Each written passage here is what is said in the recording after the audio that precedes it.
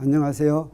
네, 우리 이제 7주 강의 마치고 제 8주차에는 중간 시험을 보는 주죠. 그래서 중간 시험 보시면 우리 이 1시간 지난 7주를 되돌아보면서 우리 무엇을 배웠는가 한번 보도록 하겠습니다. 근데 그래서 오늘은 물리학의 발달에 대해서 이제 이야기를 해보려고 하는데 우리가 무엇을 배웠습니까? 물리를 배웠죠. 네, 물리를 배웠는데 물리가 무엇인가 하는 것을 처음에 얘기했습니다. 봤더니 물리는 다른 자연과학의 다른 분야와는 조금 달랐는데 어떤 점에서 달랐습니까? 그렇죠. 기본 법칙을 한다는 데서 달랐습니다. 그 말은 무슨 얘기냐면 화학이면 화학이 다른 분야가 따로 있었어요. 생물이면 생물이 다른 분야가 따로 있었어요. 뭐 지구과학이면 지구과학이 다른 분야가 따로 있고 기계공학이면 기계공학이 다루는 분야가 따로 있고 이렇게 다 따로 있는데 물리는 어떻습니까? 자연현상 전체가 다루는 분야다라고 하는 거죠. 그러면 다른 자연과학과 중복되느냐? 사실은 그렇지 않고 자연과학 전체에 대해서 무엇을 다루는 거냐면 자연현상 전체가 일어나는 가장 기본이 되는 법칙을 다룬다라고 하는 것입니다. 그랬더니 그 기본 법칙이 어땠습니까? 기본 법칙이 복잡한 것이 아니라 놀랍게도 간단했습니다. 그리고 그 기본 법칙을 우리가 뭐라고 불렀냐면 운동법칙이라고 불렀죠. 바로 그것이 우리 운동법칙 처음 알게 된 것은 우리 주위의 현상을 보고서 알았는데 다시 말하면 우리 처음에 했듯이 주위에 보고서 처음에는 이 자연현상은 신들이 좌지우지하나 보다. 그러다가 이제 차츰 해가지고 우리가 운동법칙을 알게 됐죠. 그랬는데 이렇게 자연의 기본 법칙이 바로 그렇게 간단하다는 이유 때문에 사실은 우리 주위에서 볼 수 없는 세계의 법칙까지도 인간이 알게 됐다라고 하는 것입니다. 그래서 그 과정을 공부하면서 그 운동 법칙이 정말 그렇게 간단하고 정말 그것으로 모든 것을 다 설명할 수 있는 것인지 보기 위해서 우리가 차근차근 공부했습니다. 우리가 운동 법칙이란 무엇인지 그 다음에 운동법칙을 적용한다는 것은 어떻게 하는 것인지 보기 위해서 우리 지난 7주 강의에서 어디까지 했습니까? 일정한 힘하고 그 힘이 변할 때까지 했죠. 그러면 우리 한번 다시 돌이켜보는 입장에서 케플러 미션을 다시 보도록 하겠습니다. 여기서 케플러 미션 2 그랬는데 사실은 이 케플러 미션 우리 얘기한 것처럼 처음에 쏘아 올리고 나서 2012년에 이게 수명을 다 하는 줄 알았습니다. 더 이상 동작 안 하는 줄 알았어요. 조정이 잘 안 됐어요. 그런데 있는 그 자리에서 그 상태대로 더 동작할 수 있게 이렇게 조정을 해가지고 현재도 활발하게 행성들의 그 존재를 지금 탐지하고 있고 새로운 행성들을 계속 지금 탐지해서 보내고 있습니다. 그래서 이 케플러 미션의 임무가 뭐였습니까? 케플러 미션이 하는 일이 뭐였어요? 모르겠어요. 네, 생각이 안 나죠. 맨 첫 시간에 한 거니까. 네, 이게 바로 뭐였냐면 외계 행성, 태양계에 속하지 않고 다른 별에 속한 우리 은하에도 태양과 같은 많은 별들이 있는데 그 별에 속한 행성을 찾는 그런 임무를 띄웠습니다. 그런데 그런 행성이 옛날에는 도저히 찾을 수 없다고 생각했다고 그랬죠. 왜 그러냐면 행성은 다른 별에 비해서 워낙 작고 그렇죠? 우리 지구도 어떻습니까? 우리 태양계에서 태양에 비한다면 정말 너무 작죠. 왜 그러냐면 태양의 질량이 우리 태양계 전체의 99.99999% 이상을 차지하고 있으니까 우리 지구는 정말 작습니다. 다른 별에서도 행성들은 그런 입장이에요. 자, 그런 게 어떻게 있는지 없는지 우리 지구에서부터 직접 볼 때는 찾을 수 없는데 이 케플러 미션은 우리 어때요? 우리 은하 저 안쪽까지 쏘아 올린 다음에 어떻게 한다고 그랬습니까? 이제 그 발달된 송신 시설하고 그 다음에 컴퓨터를 이용해서 여기서 관찰한 광도 모든 별에서 오는 빛을 전부 다 측정을 해가지고 지구로 보내는 거예요. 지구에서 그거를 프로세스를 해가지고 검사를 하는 겁니다. 그래서 그 어떤 별의 세기가 조금이라도 변하는지 안 변하는지 그런 걸 확인해가지고 주기적으로 변한다면 거기 행성이 있구나 하는 걸 알아낸다고 그랬죠. 그래서 우리 처음에 첫 시간에 이 케플러 미션이 정말 지구와 똑같은 그런 별 케플러 K186인가 하는 별 발견했다는 얘기도 이제 전해줬는데 그런 비슷한 별들이 아주 많다라고 하는 것을 우리가 이제 알아서 이제 우리 그런 생각을 하게 됐습니다. 우리 저 외계에는 우리 인간과 똑같은 그런 존재가 충분히 있을 수 있다라고 하는 사실을 이제 알게 된 것이죠. 이게 바로 우리가 15세기에 컬럼버스가 배를 타고 미지의 세계를 떠날 때와 비슷한 거라고 생각하지 않겠습니까? 그때는 어땠습니까? 배를 타고 미지의 세계를 떠나면서 지구 저쪽에 바다 건너 저쪽에는 무엇이 있을까? 그랬죠. 그랬더니 사실 어땠습니까? 가보니까 뭐가 있었어요? 없었어요? 네, 있었죠. 거기도 많은 사람들이 있었고 거기도 그들 나름대로 문화가 있었고 처음에 가서는 막 미개인이라고 그러고 했지만 자 이제 그로부터 뭐 한 5, 6세기밖에 지나지 않았는데 우리 이제 전부 우리 지구의 모든 인간들이 다 같이 살아가는 그런 이제 세상이 됐죠. 그게 몇백 년 되지 않았습니다. 자, 근데 우리 그런 콜럼버스의 배 같은 걸 우리 사실은 어디에 떠나보내고 있다고 생각할 수가 있냐면 우주로 지금 떠나보내고 있다고 생각하는 것입니다. 근데 뭐 여담이지만 근데 우주로 가면 어떻습니까? 저 별까지 가려면 어때요? 몇 광년, 몇만 광년 막 이렇게 떨어져서 간다고 그랬죠. 몇만 광년이란 빛의 속도로 몇만 년을 가는 속도에 가는 별을 우리가 내가 지금 우주선을 타고 방문할 수 있을까 없을까? 몇만 년 걸린다면 어떻습니까? 우리 인간이 구석기 시대부터 지금까지 온 것도 몇만 년보다 훨씬 짧죠. 자, 그렇지만 우리 사실은 물리학에 의해서 알게 된 것이 그런 몇만 년 걸린 별이라도 우리가 우주선을 만들어 가지고 가면 충분히 내 생애 동안에 갈 수 있다고 하는 것까지 우리가 알게 됐다고 하는 것입니다. 그것이 이제 시간과 공간을 제대로 깨닫게 돼서 이제 그렇게 알게 되는데 그런 거 우리가 2학기에 공부할 텐데 그러면 우리가 물리학을 이제 물리학의 운동 법칙을 제대로 알게 된 과정을 한 번 더 복습한다면 어디서부터 시작한다고 그랬어요? 네, 코페르니쿠스에서부터 시작한다고 그랬습니다. 코페르니쿠스, 폴란드 1473년에 나서 1543년에 죽은 코페르니쿠스의 무엇이 그렇게 중요합니까? 코페르니쿠스의 지동설이 그렇게 중요했습니다. 그래서 1543년에 코페르니쿠스가 천구의 회전에 대하여라는 저서를 발표했는데 1543년은 어떤 해입니까? 여기서 이렇게 보면 여기서 어떤 해입니까? 네, 죽은 해죠. 죽고 나서 이 저서를 지동설에 대한 저서를 발표했습니다. 그러면 코페르니쿠스가 왜 지동설을 발표했냐면 자 어떤 것이었냐면 사실은 어떻습니까? 여기에 지금 내가 그림을 하나 보이겠어요? 태양은 노란색, 지구는 파란색, 화성은 빨간색이라고 한다면 지동설과 당시 알고 있던 청동설을 비교하면 자 지구는 파란색이에요. 천동설에서는 지구가 가만히 있고 태양도 움직이고 행성들도 움직이는데 무엇이 문제였냐면 행성들이 왔다 갔다 하는 게 문제였어요. 지구에서 가만히 보고 있으면 행성이 이렇게 갔다가 앞으로 갔다 뒤로 갔다 다시 앞으로 갔다 하는 것을 설명하는데 바로 이건 무엇을 이용해서 그린 거냐면 우리 지난번에 배운 주전원을 이용해서 그린 것입니다. 근데 이렇게 주전원이 간단하면 몰라도 이렇게 간단한 주전원으로는 설명할 수가 없었다라고 하는 거죠. 왜 이렇게 주전원을 설명했어야지만 됐냐면 당시까지 고대 그리스 시대부터 당시까지 무엇을 철석같이 믿고 있었다고 그랬습니까?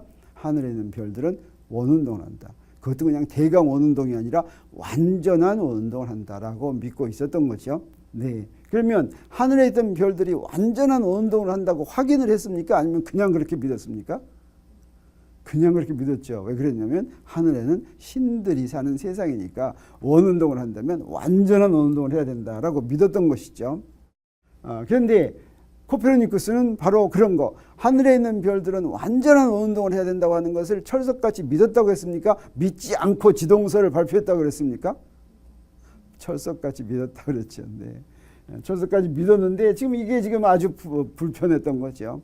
근데 만약에 태양이 여기 있고 지구가 여기 있고 행성이 이렇게 돈다면 저 어떻습니까? 여기는 어때요? 지금 행성이 뒤로 갔죠. 자 보세요. 자 이렇게 가는데 이렇게 갈 때 보면 자 여기서는 행성이 앞에 가고 있어요.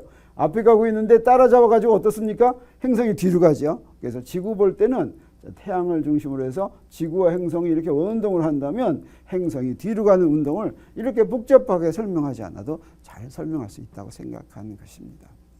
그런데 무슨 일이 벌어집니까?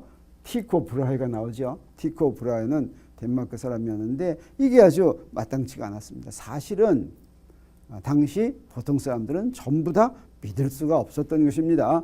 코페르니쿠스가 지동설을 자기 죽은 뒤에 발표하라고 그랬던 것도 사람들이 미쳤다고 얘기할까 봐 두려워서 그랬다라고 하는 이야기가 있습니다. 티코 브라헤는 사실은 지동설이 마땅치가 않았지만 그것을 확인할 방법이 없으니까 자, 측정을 하자고 생각했습니다. 그래서 망원경을 이용하지 않고 가장 정밀한 천체를 측정했다라고 이렇게 알려져 있는데 이 사람한테는 덴마크의 국왕이 덴마크 사람이었는데 섬을 하나 줬어요. 그래가지고 그 섬에 관찰대를 만들어가지고 그곳에서 천체를 측정해가지고 기록을 했습니다.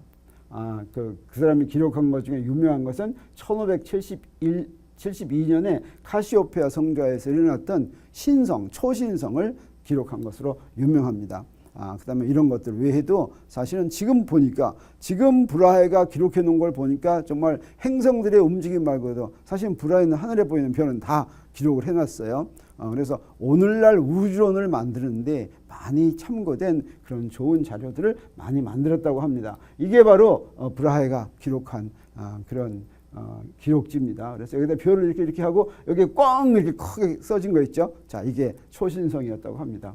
이게 오늘날 알려진 카시오페아짜리인데 이 카시오페아짜리는 저 북두칠성 있는 그쪽에서 북극성 찾는데도 잘 하는 하늘에서 눈에 보이는 북두칠성하고 카시오페아짜리가 제일 유명한 그런 두 개의 별자리죠. 지금 봐도 아주 비슷한 걸 알 수가 있겠죠. 이런 W 모양 정도인데 이게 카시오페이아가 나는 잘 모르지만 무슨 여왕 이름이라고 그래요. 여왕이 여기 싹 누워있는 모양이랍니다. 네, 그런 별자리에 있는 거를 그 옛날 그때 이미 이렇게 측정을 했죠. 그래서 그 다음에 이 브라헤는 그러면 브라헤도 사실은 옛날 그 고대 그리스 시대의 천동설은 이상하니까 어떻게 했냐면 브라헤는 태양을 둘러싸고 태양이 지구주위를 회전한다. 태양이 가운데 있기는 있지만 태양이 지구주위를 회전하고 또 행성들도 역시 지구주위를 회전한다고 하는 그런 수정된 천동설을 제안을 했습니다. 그리고 나서 1600년에 자기가 기록한 이 자료를 갖다가 스스로는 분석할 수가 없어가지고 1600년에 독일의 젊은 케플러를 제자로 삼았어요. 그리고 사실은 브라헤는 1600년에 삼고 나서 1601년에 죽어버렸어요. 그래서 그 자료를 고스란히 케플러한테 넘겨주었던 것이죠. 그래서 이 케플러는 이제 1570년에서 1630년인데 이제 브라헤 자료를 가지고 이제 분석을 하게 됩니다. 그래서 분석해가지고 10년 만에 1609년에 새로운 천문학이라는 저서를 발표하는데 거기에 제1법칙과 제2법칙이 들어있어요. 그래서 행성의 운동에 관한 제1법칙은 타원 궤도를 돈다라고 하는 놀라운 것이었죠. 그래서 완전한 하늘나라에 있는 놈은 완전한 운동을 돌아야 된다라고 하는 그동안의 믿음을 깨뜨린 것입니다. 원이 아니라 타원을 돈다. 원도 아니고 타원 돈다고 하면 사람들이 믿겠습니까? 안 믿겠습니까? 네, 근데 당시에는 믿었어요. 왜 그러냐 하면 브라헤의 자료를 근거로 했기 때문에 믿었습니다. 근데 이런 것을 우리가 전에도 잠깐 얘기했지만 경험법칙이라고 하죠. 자연에 관찰된 것을 그대로 묘사하는 법칙입니다. 근데 이 경험법칙들이 있으면 그 경험법칙이 왜 나왔는지를 설명하는 기본법칙이 필요합니다.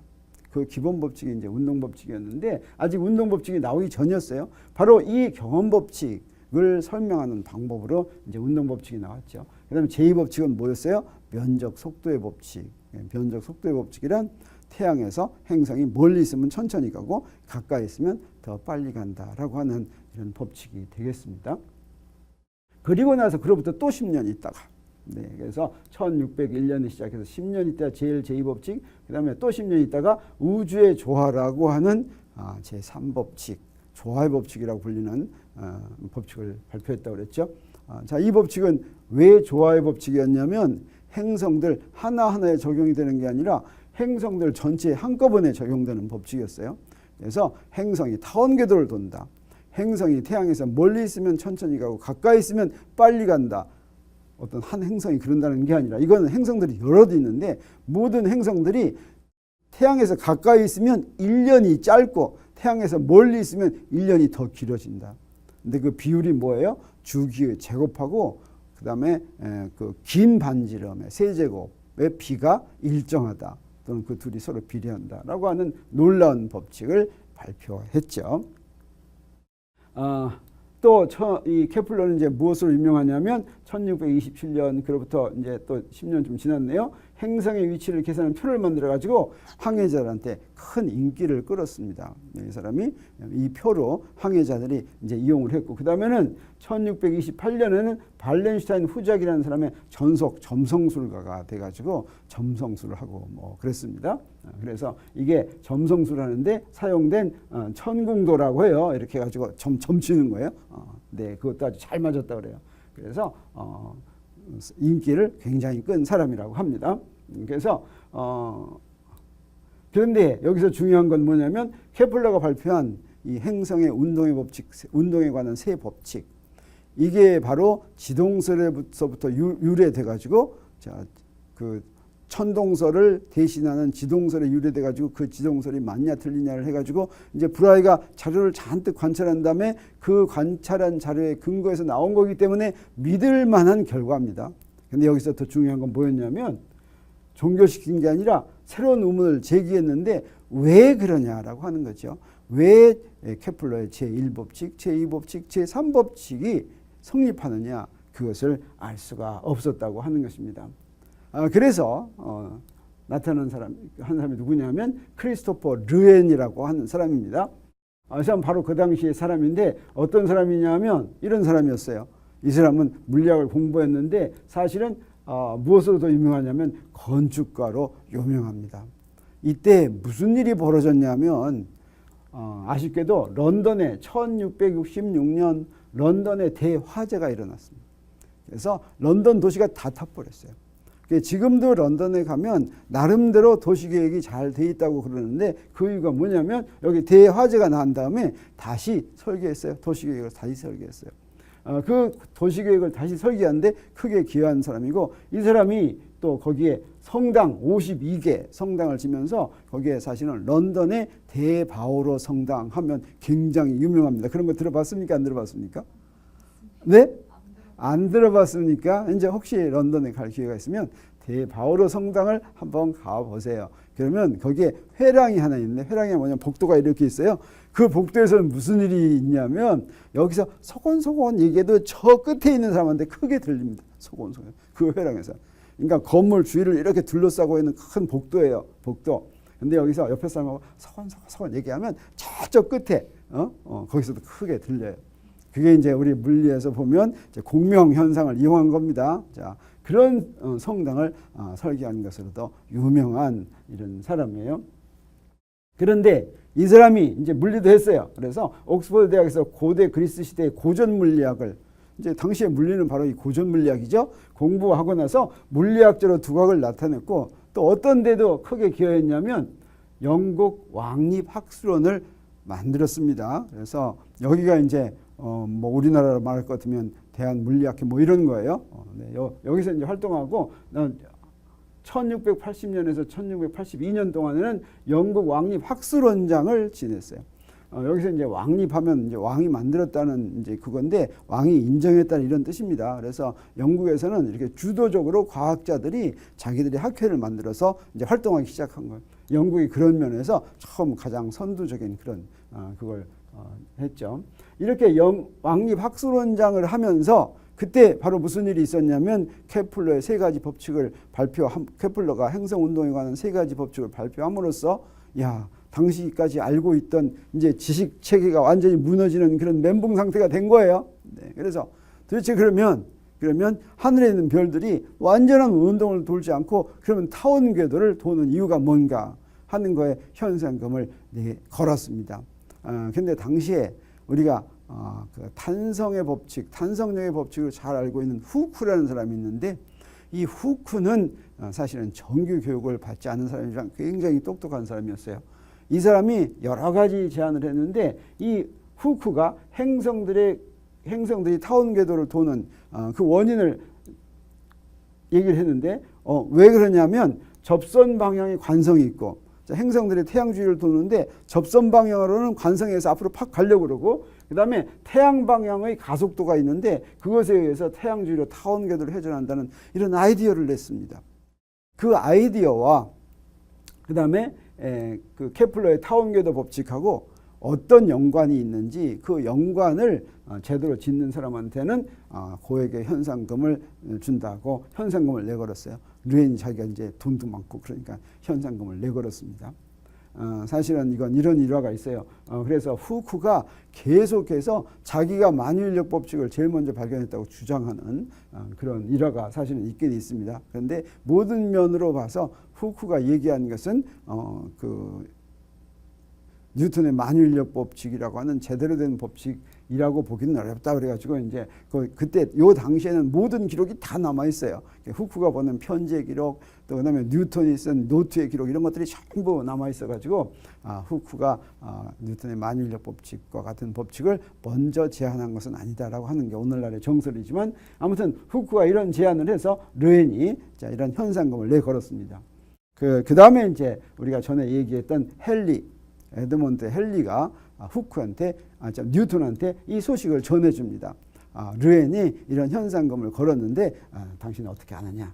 그러니까 뉴턴이 내가 그 문제를 다 풀었다 라고 해가지고 뉴턴이 만유인력 법칙과 뉴턴의 운동 법칙을 새로 제안을 해서 그것을 풀었더니 타원 궤도가 나왔다라고 하는 사실을 이제 알려주고 그때 한 9페이지 정도의 그 해답을 준 다음에 그것을 이제 상금을 받았어요. 그리고 나서 거기에 근거해서 프린키피아를 저술하는 계기가 되었다고 합니다. 그래서 우리 코페르니쿠스에서 뉴턴까지를 살펴볼 것 같으면 자 보세요. 코페르니쿠스가 언제? 1543년에 지동설을 발표했습니다. 그 다음에 브라헤가 언제? 자 1572년에서 1600년에 걸쳐서 근 30년에 걸쳐서 행성들의 위치를 그것도 육안으로 관찰해서 자료를 남겼습니다. 그리고 그 다음 단계가 누굽니까? 그 다음 단계가? 그렇죠. 케플러를 이제 같이 제자로 받아들였어요. 그렇지만 이제 브라헤가 죽어서 그 다음에 이제 내가 하나 얘기하지 않은 게 있습니다. 이것과 연관 없이 또 갈릴레이가 이제 있습니다. 지금 여기서 위에 이거는 천상의 법칙에 관한 것이라면 고대 그리스 때 자연 법칙은 천상과 지상을 나눴죠. 그래서 지금 이거는 여기까지는 지금 천상의 법칙이 맞지 않다라고 하는 것에 대한 증거가 됐고 그럼 지상의 법칙은 어떠냐? 지상의 법칙은 뭐였어요? 지상의 법칙은 모든 물체가 힘을 받지 않고 가만 놔두면 결국 정지한다였죠. 네, 근데 갈릴레이가 그 법칙이 맞지 않다고 하는 관성의 법칙을 발표했습니다. 관성의 법칙은 어떤 거였어요? 힘을 받지 않으면 똑같은 속도로 계속한다. 그래서 속도를 바꾸지 않고 계속 움직인다라고 하는 거죠. 결국 정지한 건 그럼 왜 그러느냐? 힘을 안 받아서 그런 게 아니라 힘을 받아서 그런다라고 하는 것을 사실은 알기 어려웠는데 어떻게 했어요? 사고 실험으로 사람들이 너 언젠가는 멈추는데 너 그거 끝까지 따라가 봤어? 라고 하는 질문에 대한 대답을 사고 실험으로 이제 해결을 했다라고 하는 거죠. 그러면 티코 브라헤고 그 다음에 갈릴레이가 이때가 이제 관성의 법칙을 발표한 때가 1593년입니다. 그리고 나서 케플러한테 가죠. 케플러는 이때까지 있으면서 자 어땠습니까? 타원 궤도의 법칙 1609년, 조화의 법칙이 1619년에 발표했습니다. 그리고 나서 이제 누가 나오겠어요? 네, 르헨이 현상금을 내걸었죠. 내걸은 때가 언제냐면 1680년입니다. 그리고 나서 뉴턴이 프린키피아를 발표하는 것이 1687년. 얼마 걸렸습니까? 어디서부터? 지동설을 발표한 때부터 프린키피아를 발표할 때까지가 얼마 걸렸어요? 1543년, 1687년 얼마 걸렸어요? 1세기 반, 거의 1세기 반에 걸쳐서 이제 새로운 운동 법칙을 알게 됐다. 그래서 우리가 이제 지난 7주 동안 배우는 것이 바로 이렇게 해서 뉴턴의 운동 법칙이 기본 법칙이다라고 하는 것을 알았고 이 기본 법칙의 특징이 뭐였습니까? 뉴턴이 발표한 기본 법칙의 가장 큰 특징이 뭐였냐면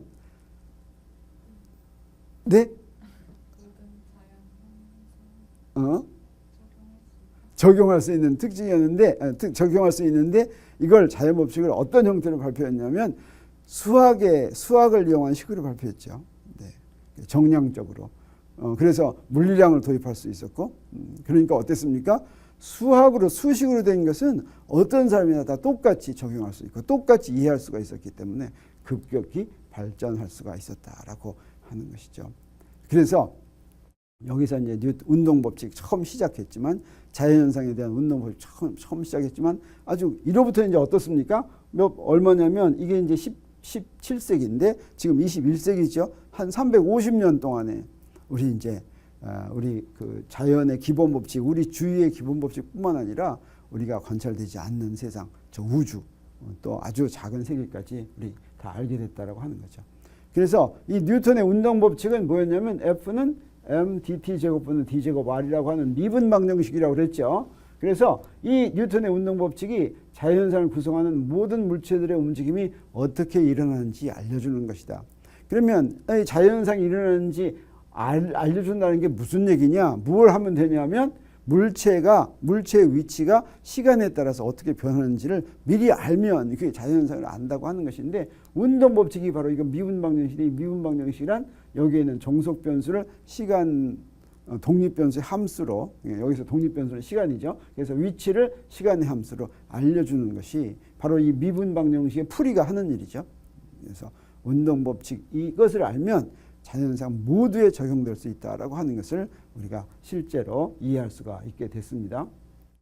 그래서 물체들의 움직임이 어떻게 일어나는지 알려준다고 하는 사실은 바로 뭐냐면 자연현상과 관련되는 법칙들이 있으면 그 법칙들은 어떻게 해서 구한 거냐면 물체들이 움직이는 모습을 뭔가 정리를 해가지고 표현하는 것이 자연현상과 관련된 법칙인데 그 법칙이 왜 성립하는가 하는 것은 자, 뉴턴의 운동 법칙으로 이제 모두 설명을 할 수 있다라고 하는 것을 우리가 지금까지 몇 가지 예를 봤고 그걸 이제 좀 더 많은 예에 적용하기 위해서 지금 우리 지난 7주 동안에 뭐 배웠냐면 이런 뉴턴의 운동 법칙을 적용하는 걸 연습하기 위해서 지금 조금씩 이제 하고 있는 것입니다. 근데 물리량을 이용해서 자연 법칙을 물리량을 이용해서 수식으로 표현함으로써 짧은 시간 동안에 과학이 눈부시게 발전할 수 있도록 해줬죠. 그리고 나서 내가 아까 이야기한 물리학이 우리가 관찰할 수 없는 저 큰 우주와 아주 작은 미시세까지 알게 된 계기가 바로 뭐였냐면 이제 20세기에 들어와서 고전 물리학과 현대 물리학이 나오면서 이제 그렇게 된 것입니다. 자, 그 얘기를 다시 한다면 어떻습니까? 17세기 시작한 뉴턴 역학과 18세기에 이건 우리가 첫 주에 잠깐 돌아본 것인데 우리 이건 2학기에 배울 내용입니다. 사실 1학기에 이제 뉴턴 역학을 다 배운 다음에 2학기에 18세기에 쿨롱 법칙으로 시작해서 19세기에 맥스웰이 대성한 전자기학까지 이건 우리가 주위에서 관찰할 수 있는 사실로부터 알게 된 것이에요. 그래서 2학기가 되면 이걸 하나하나씩 이렇게 배울 텐데 그러면 이걸 다 배우면 물리학은 자연현상을 완벽하게 설명한다고 생각을 했습니다. 그래서 19세기 말이 될 때까지 우리 인간이 자연현상을 극복했다. 이렇게 생각할 수가 있었어요. 모든 것을 이제 수식으로 된 자연법칙으로 다 설명할 수가 있었던 것입니다. 이때를 우리가 이제 물리학이 완성됐다. 그래서 그때 그런 일도 있었다고 그랬죠. 유럽에 있는 대학교의 물리학과들은 이제 다 정리하고 이제 더 이상 할 게 없으니까 물리학과는 이제 폐쇄하는 수순으로 간다라고 생각하고 있을 때 고전 물리학으로 설명할 수 없는 그런 현상들이 하나둘씩 나타나기 시작했다라고 하는 것입니다. 그건 어떤 거나 마찬가지였냐면 이 고전 물리학으로 설명할 수 없는 현상들이 나타나기 시작했다라고 하는 건 고전 물리학이 완성되지 않으면 알 수가 없는 거였어요. 다 완성된 다음에야 이런 현상들을 이해할 수가 있게 된 것입니다. 그래서 그건 마치 자연법칙이란 많은 조각들로 이루어진 퍼즐 맞추기라고 한다면 그 퍼즐을 다 맞춘 다음에 한두 조각이 안 맞아서 안 맞는 걸 보고서 이걸 처음부터 다시 세 판 짜야 되겠다라고 생각하는 것이나 비슷한 것이라고 하는 거죠. 그래서 나중에 그 한두 개 안 맞는 거를 힌트로 해가지고 나머지를 다시 맞췄더니 완벽하게 맞았다라고 하는 것입니다. 그건 무슨 얘기냐면 우리가 지금까지 알고 있는 물리학이 정말 제대로 된 방향으로 가고 있는 기본 법칙이다라고 하는 것을 확신할 수 있는 그런 증거가 된다라고 하는 것이죠. 그래서 20세기가 지나서 물리학자들은 퍼즐이 맞지 않았던 이유를 찾아내었는데 그렇게 밝혀진 물리학이 바로 뭐였냐면 특수상대성 이론과 양자역학이었습니다. 고전 물리학이 완성돼서 사실은 여기서 빗나간 퍼즐이라고 하는 게 뭐였냐면 이제 그것도 2학기에 배울 것이고 우리가 처음에 잠깐 소개를 했지만 고전역학과 전자기학이 모순을 일으키는 거였어요. 무엇에서? 그 모순을 일으킨다는 걸 무엇이 알려줬습니까? 빛이 알려줬죠. 빛의 무엇이? 빛의 속도가 알려줬죠. 그래서 광속은 일정하다라고 하는 게 바로 그것이었죠. 그 다음에 또 하나는 뭐였냐면 우리 당시까지에는 원자나 분자는 내부 세계를 알 수 없다고 생각했는데 19세기 말에 이르러서 원자와 분자 내부에 대한 정보들이 하나씩 나오기 시작했죠. 근데 거기에는 물리학이 또는 당시 알고 있던 고전 물리학이 성립하지 않았습니다. 그래서 우리 특수상대성 이론은 그렇게 해서 알게 된 특수상대성 이론은 바로 뭐였냐면 공간과 시간에 대한 개념을 바로잡아 줬습니다. 그래서 우리 멀리 굉장히 먼 별까지 몇만 년 가는 별까지도 우리가 우주선 타고 가면 갈 수 있는 게 바로 시간과 공간의 성질이다고 하는 것을 우리한테 알려주는 것이 특수상대성 이론이라고 한다면 그건 바로 우리가 자연현상이 벌어진 무대인 공간과 시간을 잘못 알았던 것이었어요. 지금까지는 어떻냐? 지금까지라는 게 20세기까지 상대성 이론이 나오기까지는 시간은 공간과 따로 독립적으로 이제 간다고 생각했죠. 그런데 그렇지 않고 시간과 공간이 같이 있어요.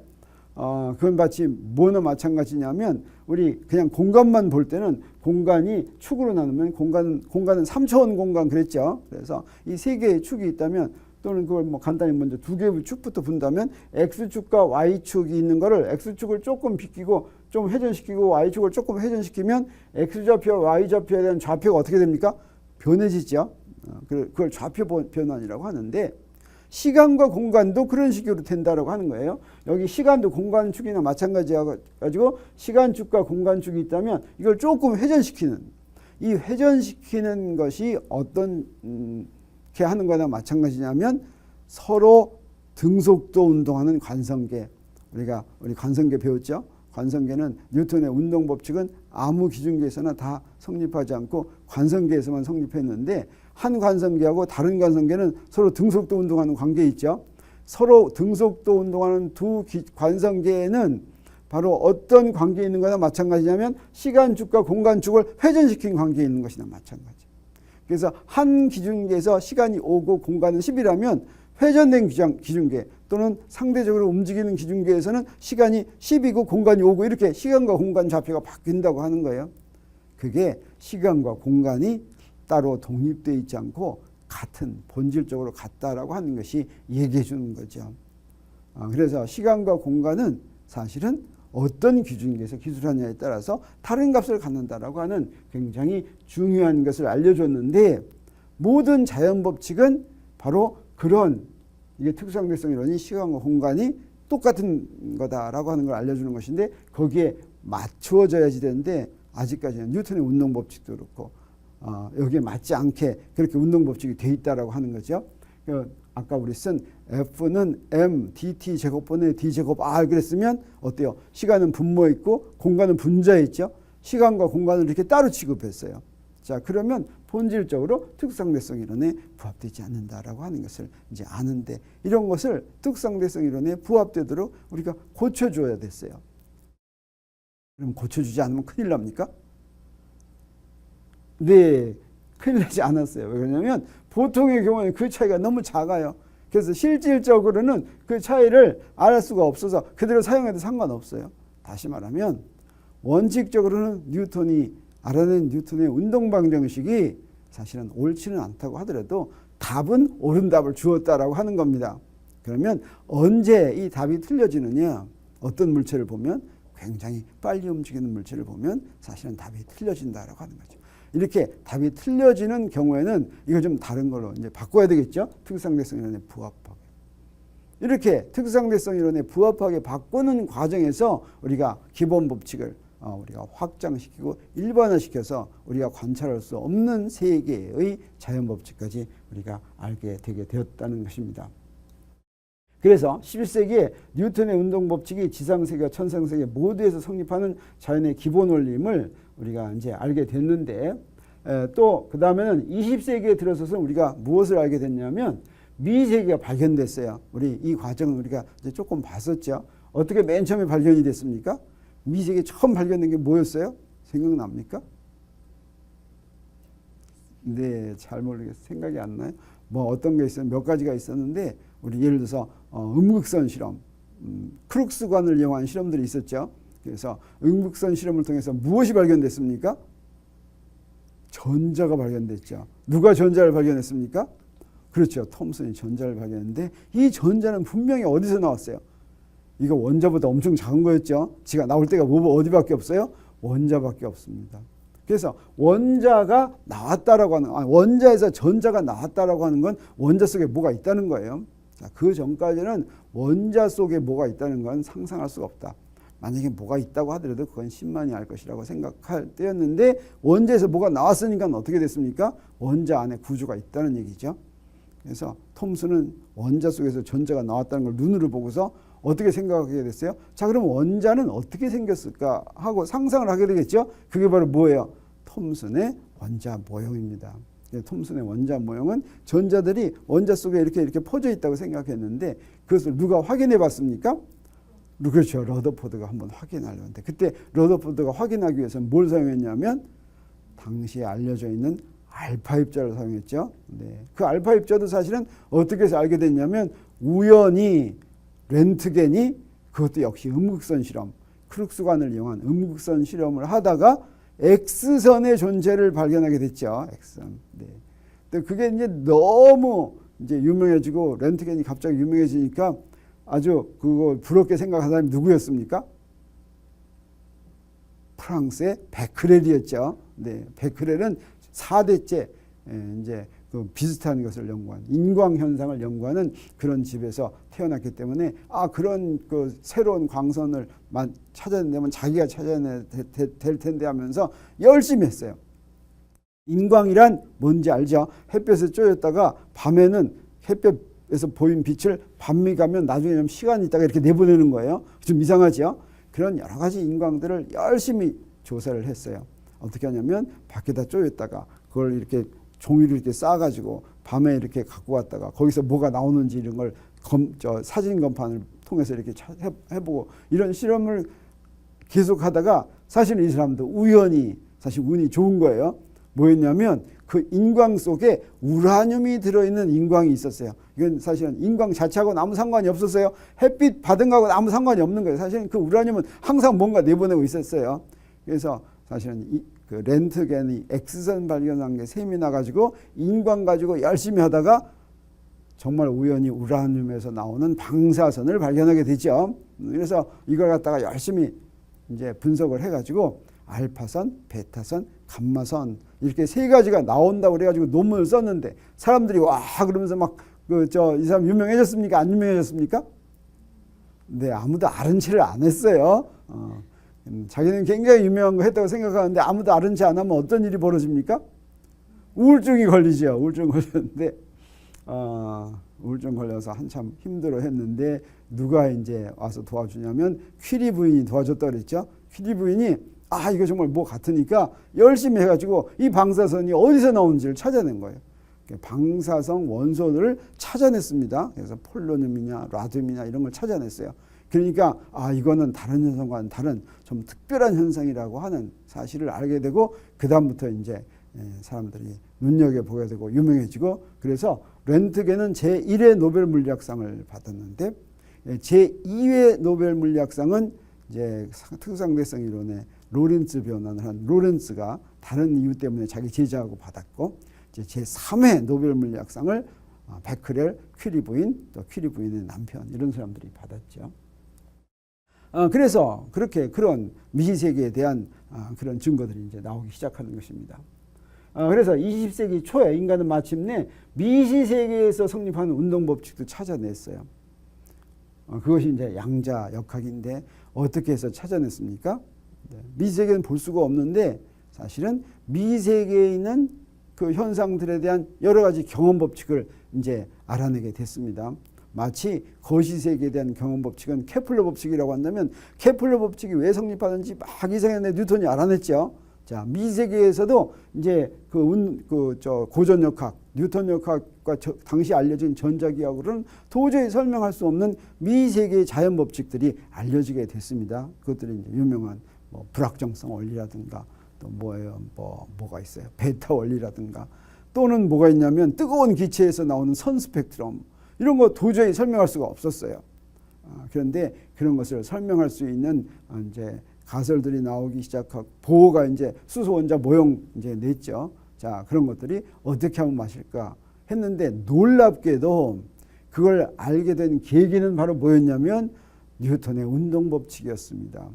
뉴턴의 운동 법칙을 이제 2학기가 되면 배우게 되는데 뉴턴의 운동 법칙을 우리 바로 지난주에서도 배웠어요. 어떻게 바꿨냐면 특별한 경우가 되면 이거를 일 에너지 정리로 바꿀 수도 있고 이걸 또 어떻게도 바꿀 수 있었어요? 역학적 에너지 보존 법칙으로도 바꿀 수가 있었죠. 네, 뉴턴의 운동 법칙 그대로는 미세계에서는 절대 성립하지 않는데 에너지 보존 법칙의 형태로는 미세계에서도 역시 성립합니다. 자, 이렇게 일반화된 뉴턴의 운동 법칙을 미세계에 적용을 했는데 사실은 그냥 역학적 에너지 보존 법칙을 적용했다라고 하는 것이라기보다는 미세계는 거시세계와 자유현상을 기술하는 말이 달랐어요.